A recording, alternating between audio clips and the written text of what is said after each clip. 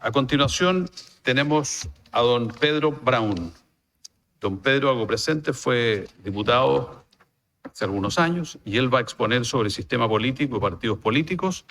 Su presentación la realizará de la perspectiva de su calidad de, ex parlamentario. Representación política y participación. Don Pedro, usted conoce cuáles son las reglas aquí. Usted dispone de 10 minutos para hacer su presentación y luego vamos a abrir un debate sobre su propuesta. Tiene usted la palabra. Muchas gracias, presidente. Aprovechar de saludar a todas las consejeras y consejeros y agradecerles la oportunidad de poder estar aquí debatiendo y planteando algunas ideas. Lo primero, soy un convencido de que Chile sí necesita una nueva constitución y agradezco mucho que estemos en este proceso. No voy a entrar en las razones políticas por las cuales creo que es importante. Creo que el origen de la constitución, que haya nacido en una dictadura, evidentemente divide al país y es muy bueno poder tener un proceso democrático. Pero hay ciertas cosas, llamémoslas prácticas, de la constitución actual, que creo que producen rigideces, fomentan el status quo y de alguna manera no nos permiten poder avanzar en reformas que lleguen a tiempo o que simplemente nunca llegan, producto de que tenemos una constitución que de alguna manera legisla. Se mete al detalle en muchos temas y por lo tanto para avanzar en cualquier cambio o cualquier transformación se requiere pasar siempre por la Constitución. Y creo que desde mi perspectiva, lamentablemente, en algunas materias, este nuevo proceso y la propuesta de la comisión experta nos lleva quizás al mismo inconveniente hacia el futuro. Y en eso en particular, dentro del proceso político, electoral y de partidos políticos, hay ciertas materias que a mí me preocupan. Comparto con Felipe Silva, y era parte de mi exposición, el tema del umbral y lo que significa en la representación en el Congreso. Desde mi perspectiva, los umbrales para la subsistencia o permanencia en la actividad política de los partidos es necesario. Igual como existen ciertas barreras de ingreso, hay que juntar firmas, hay que convocar a la ciudadanía, porque un partido político tiene que ser la expresión de la representación de algo, no simplemente que un grupo de personas quieran tener candidatos. Pero ese umbral hay que ser cuidadoso, porque evidentemente el tratamiento para un partido en formación debiera ser distinto que un partido que ya tiene varias elecciones en el cuerpo.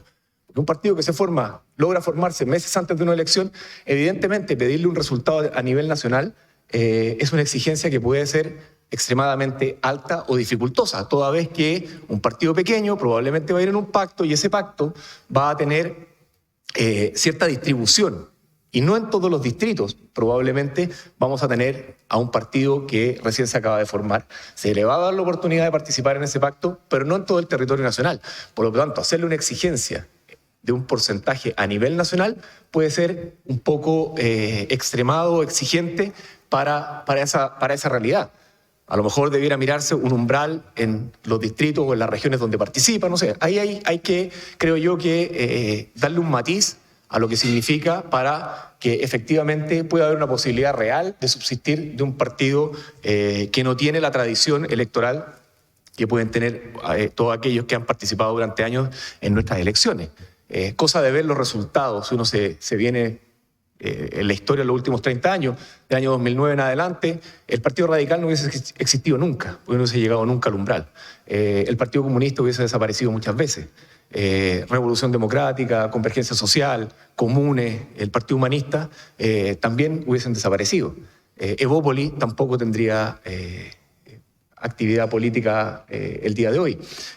Por lo tanto, en eso hay que ser cuidadoso en que la norma no sea tan estricta que al final el remedio sea peor que la enfermedad y terminemos con dos partidos políticos que no son representativos de la realidad general del país. Pero a mí me preocupa mucho más ese umbral, que creo que es bueno definirlo, pero de una manera adecuada, que me parece que no debiera estar en la Constitución, sino en lo que es la ley de partidos políticos, pero bien, ya que estamos en un anteproyecto que lo estableció de esa manera, sí me preocupa de manera importante es que ese umbral tenga consecuencias en la conformación del Congreso.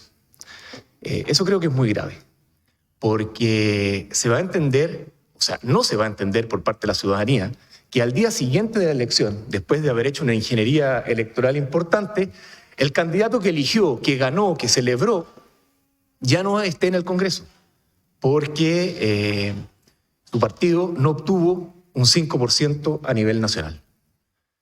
Y esto puede llevarnos a ejemplos concretos. Yo hice simplemente el ejemplo de la última elección, el caso de Bópoli.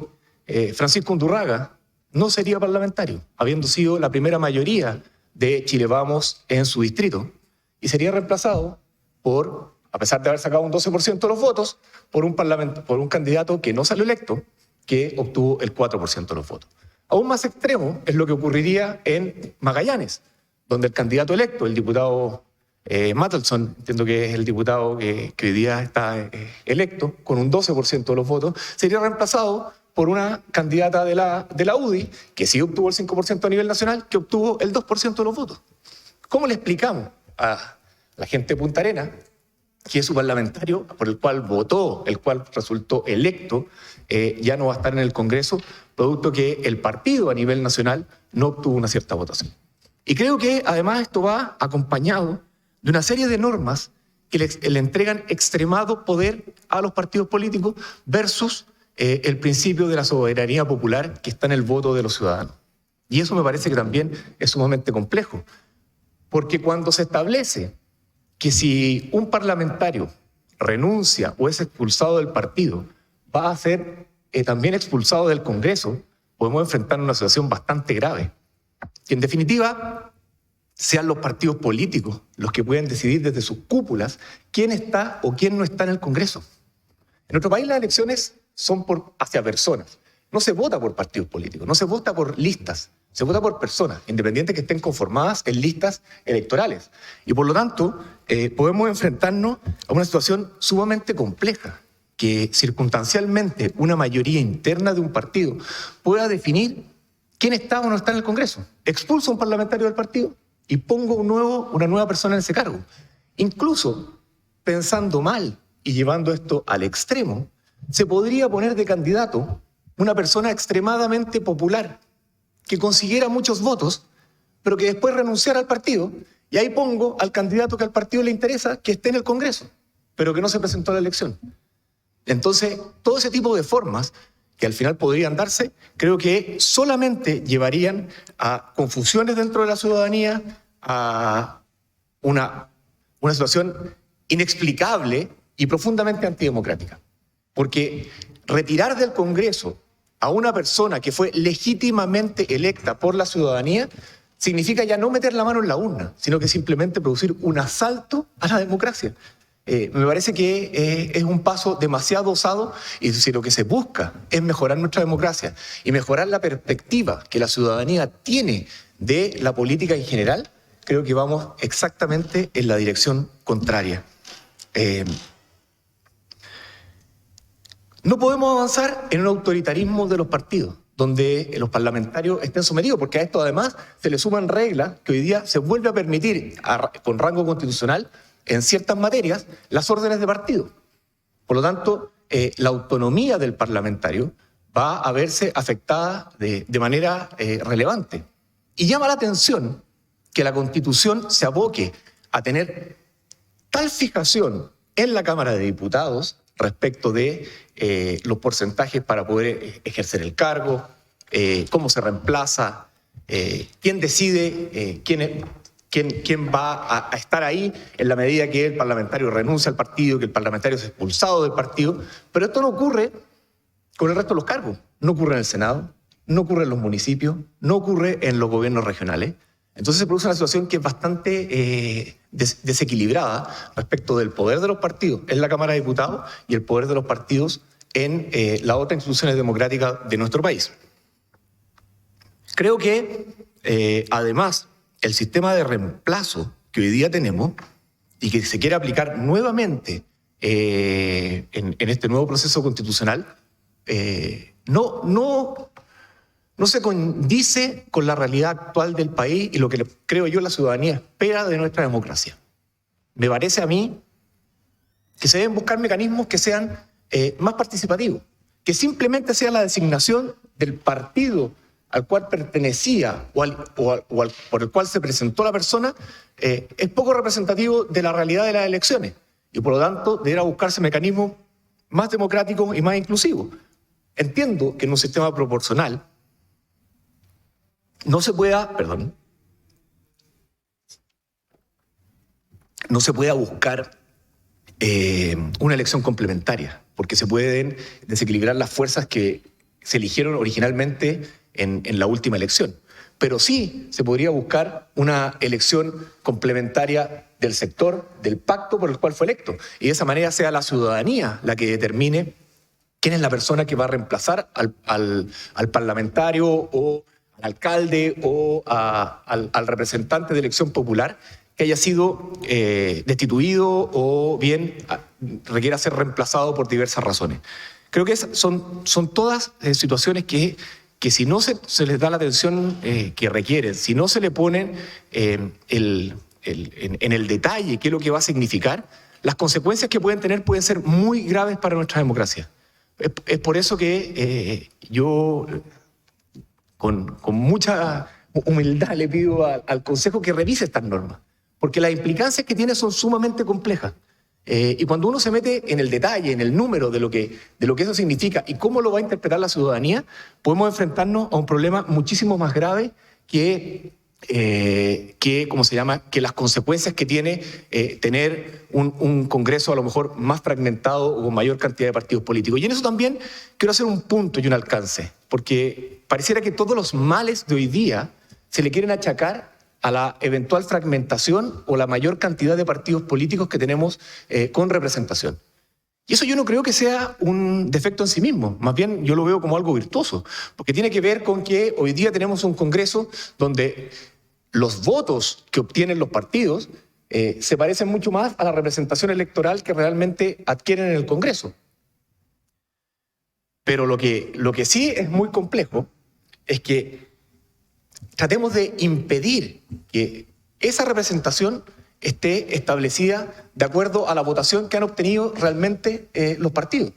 Es por eso que avanzar en umbrales me parece correcto para que los partidos tengan un piso.